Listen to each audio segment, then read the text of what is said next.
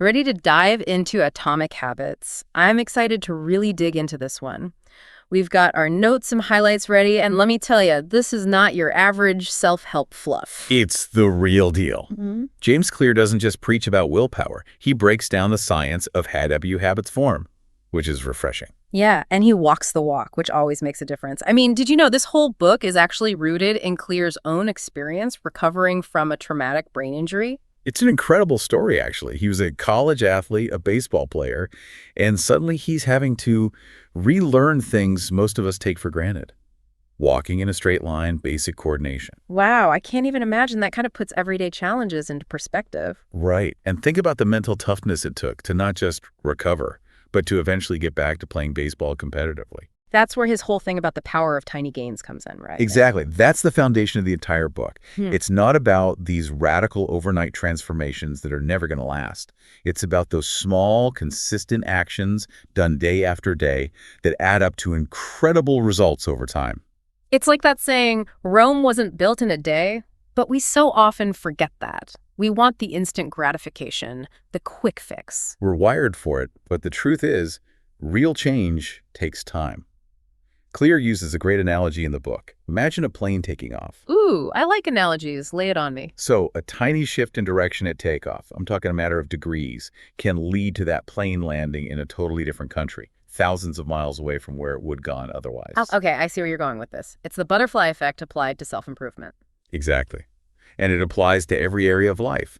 Finances, health, relationships, you name it. That slight edge, repeated day after day, makes all the difference. It makes sense, yet so often we get caught up in chasing the big goal, the end result, that we forget about those small daily actions that actually get us there. It's so easy to fall into the trap of, I'll be happy when.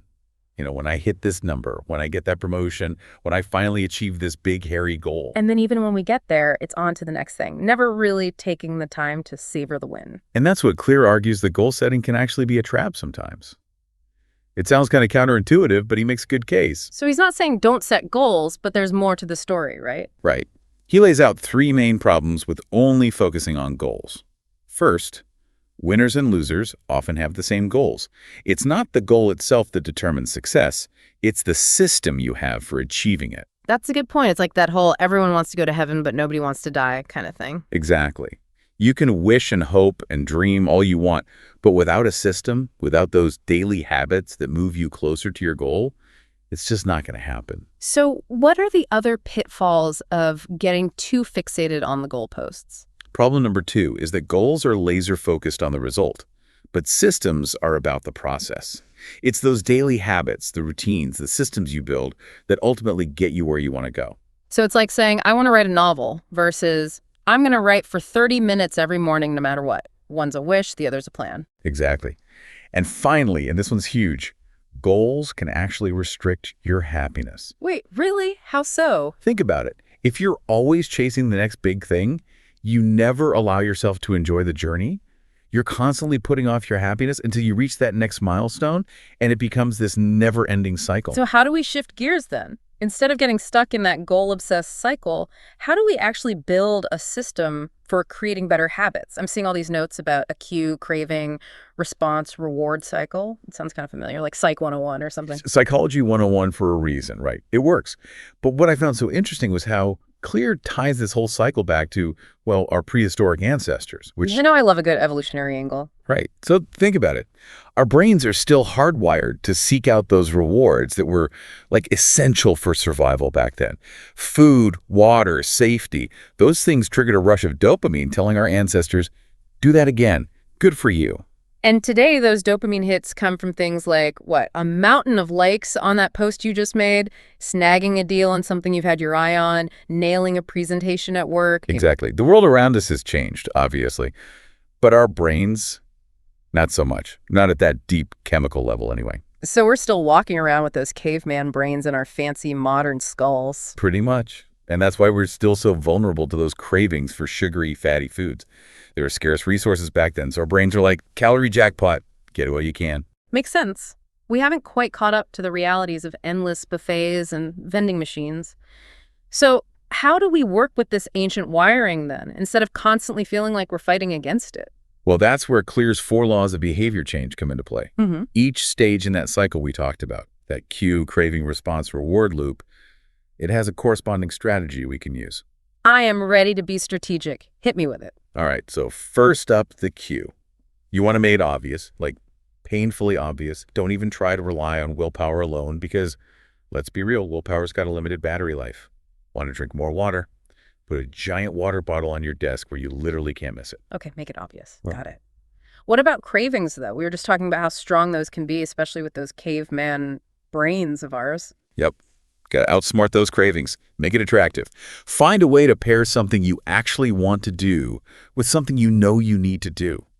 So, for example, let's say you love listening to podcasts. Guilty as charged. Right. Well, tell yourself you can only listen to your favorite podcast while you're out on that walk you've been meaning to take. See? You're linking the thing you want to the thing you need.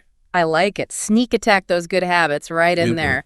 Okay, what about the response part? That's the actual doing part, and I feel like that's where a lot of us fall apart, you know? Whoa. Good intentions, but... Oh, absolutely. Inertia is real, Yeah. so you got to make it easy. And I mean, as frictionless as possible. Want to cook more at home? Chop those veggies in advance, portion out your snacks, have those go-to recipes, like bookmarked and ready. So it's all about setting yourself up for success instead of waiting until you're tired and starving and raiding the pantry for the quickest, easiest option. You got it. Anticipate your future self and make it easy for them to make the right choices. Okay, that makes total sense.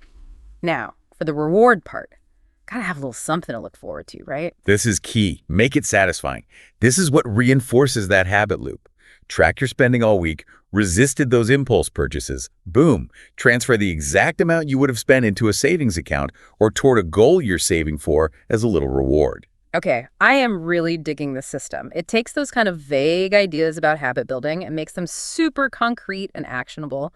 But there's another layer to all this, right? Something about identity-based habits. Yeah. That's where things started to get really interesting for me. Right. It's one thing to change your actions, but lasting change, deep down change, that happens when you shift your identity as well. Identity. Okay, I'm intrigued. Tell me more. It's about figuring out who is the type of person who actually achieves this outcome, who lives this way, who embodies these habits.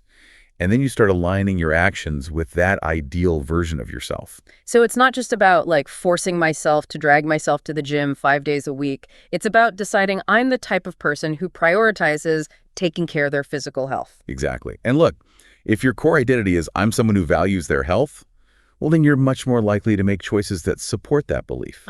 So it becomes less about willpower and more about actually living in alignment with who you believe yourself to be, or who you want to become, I guess. That's powerful stuff. How do we actually put that into practice, though? That gap between who we are now and this ideal identity can feel pretty big sometimes. You start small. You start proving to yourself that you're capable of change, one small win at a time. Give me an example. How would someone actually do that? Okay, let's say someone wants to be a writer. Instead of getting overwhelmed by the thought of writing a whole novel, start by just writing 1 paragraph a day. That's it. 1 paragraph. Exactly. It's about proving to yourself, hey, I am a writer, I write. And then you let those small wins build momentum towards bigger goals. It's almost like you're casting a vote for the type of person you want to become with every single action you take. And the more votes you cast, the stronger that identity becomes. Love that analogy. And here's the cool part. As that identity solidifies, those habits that felt like a struggle, they become less about forcing yourself and more about just, well, being you. It's like you're no longer wearing a costume. You're finally comfortable enough to just be yourself, but the yourself you always knew you had the potential to be. That's such a great way to think about it. But let's be real for a second. Staying motivated, especially when we're talking about long-term change, can be really tough. We all hit those slumps where even our good habits start to feel, I don't know, kind of blah, blah. How do we stay the course when the initial excitement inevitably fades? So we're crafting this new identity, right? Casting those votes with each tiny habit. But how do we actually make those habits stick, especially when, let's face it, motivation has a way of like fading on us when we need it most? Well, Clear gives us a ton of practical strategies in the book. One that really clicked for me was this idea of a habit scorecard. Basically, it's about bringing awareness to all those little things we do on autopilot every day. Ooh, I love a good self-audit. How does it work? Do we need like a special notebook for this? Nothing fancy. You basically just track your day, making note of each action, no matter how small or insignificant it seems. Think of those Japanese train conductors who use point and call to stay alert. Oh, yeah, they point at things and say it out loud as they're doing it, right? Exactly. By verbalizing those actions, they're bringing them into their conscious awareness, those routines that would normally just be happening in the background. I get it. So by creating this habits scorecard, we're shining a light on like the mindless morning scroll through social media, that extra cup of coffee that seems to magically appear every afternoon. Exactly. You start to see those patterns, those unconscious habits that are actually shaping your day, for better or worse. And once you have that awareness, then you can start making changes. Okay, so we're aware. Now, how do we actually swap out the bad habits for those shiny, new, positive ones? That's where habit stacking comes in. It's one of my favorite tools from the book. Essentially, you're piggybacking on an existing habit, something you already do consistently, to trigger a new behavior. Ooh, I like the sound of this. Okay, so let's say every morning, and this is a big, let's say, I actually managed to brush my teeth. What kind of habit could I stack onto that? Perfect example. Let's say you want to start meditating, but you never seem to find the time. Instead of trying to create a whole new routine, stack it right onto brushing your teeth. Every morning after you brush, you meditate for just 5 minutes. No, I like it. It's like it's already built into the schedule. No more excuses. Exactly. That takes the decision-making out of it. You're not relying on willpower anymore. You're just letting one action flow into the next. Cool. And since I'm already standing there staring at my reflection, might as well make use of the time, right? Become a Zen master before breakfast. There you go. You're getting it. It's all about making those positive habits as easy as possible to adopt. Another way to do that is through environment design, which is huge. Oh, preach. It's so much harder to resist those cookies when they're staring me down from the counter every time I walk into the kitchen. It's like they know my weakness. Our surroundings have a huge impact on our behavior, whether we realize it or not. Clear tells this fascinating story in the book about a guy named James Ritty, the saloon owner who invented the cash register. Wait, seriously, the cash register, what does that have to do with habits? So Ritty was losing money hand over fist because his employees kept pocketing it. So he invents the cash register, all those bells and whistles, the receipts, and suddenly theft becomes way harder, way less tempting. Okay, so it's like he redesigned the environment to make the bad habit, the stealing, a lot more difficult. Exactly. And you can apply this same principle to your own life. Want to curb those late night snacks, put the tempting stuff out of sight, out of mind, or at least in a less convenient location. Or maybe on like the top shelf of the pantry where you need a step stool to reach it, make it a whole thing. Right. You're basically setting up those little obstacles, those friction points that make it just a little bit harder to give in to the bad habit. And on the flip side, make those good habits as frictionless as possible. Want to read more? Keep a book on your bedside table. Want to exercise more? Designate a workout space in your home, even if it's just a corner of the living room. It's all about setting yourself up for success, minimizing those moments of truth where you're relying on willpower alone. Love it. But what about staying motivated for the long haul? That initial excitement of starting a new habit is great and all, but we both know it eventually fades. How do we keep going, even when it gets tough, even when it gets boring? That's where it's so important to find that sweet spot between challenge and skill. Clear calls it the Goldilocks rule. It basically states that our motivation is highest when we're working on tasks that are just challenging enough, not too easy, not too hard. It's like that feeling of being in the zone, right? Where you're fully engaged but not totally overwhelmed. Exactly. If something's too easy, we get bored, we check out. Yeah. But if it's too hard, we get frustrated, we give up. So like starting a new language on Duolingo, kind of fun and exciting, but tackling War and Peace in the original Russian, Yeah. that's going to be a hard pass for me. Right. It's about finding that balance, that Goldilocks zone where you're stretching yourself, growing, but not feeling completely defeated in the process. And it's in that space, that sweet spot, where those small, consistent actions, those atomic habits, really start to compound and create those remarkable results. And that actually reminds me of how the book talks about successful people not being immune to boredom, but rather they've just kind of made peace with it. They've accepted that mastery often lies on the other side of monotony, which sounds kind of depressing when you say it like that, but I get what you mean. It's so true.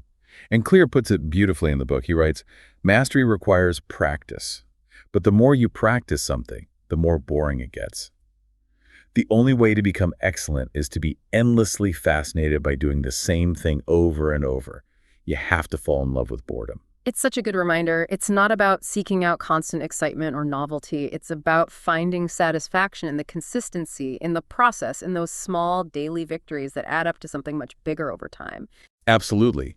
And it makes it a lot easier to embrace that boredom when you're genuinely passionate about what you're doing, when it aligns with your values, your strengths, your interests.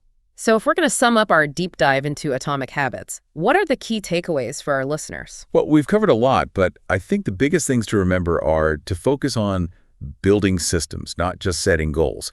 Make those tiny changes consistently over time. Mm.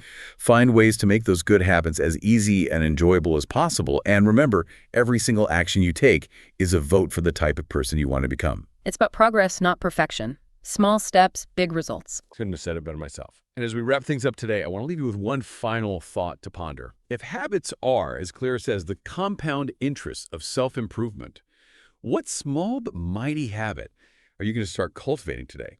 What tiny seed will you plant that has the potential to blossom into something truly remarkable in the years to come? Think about it, and then go do it.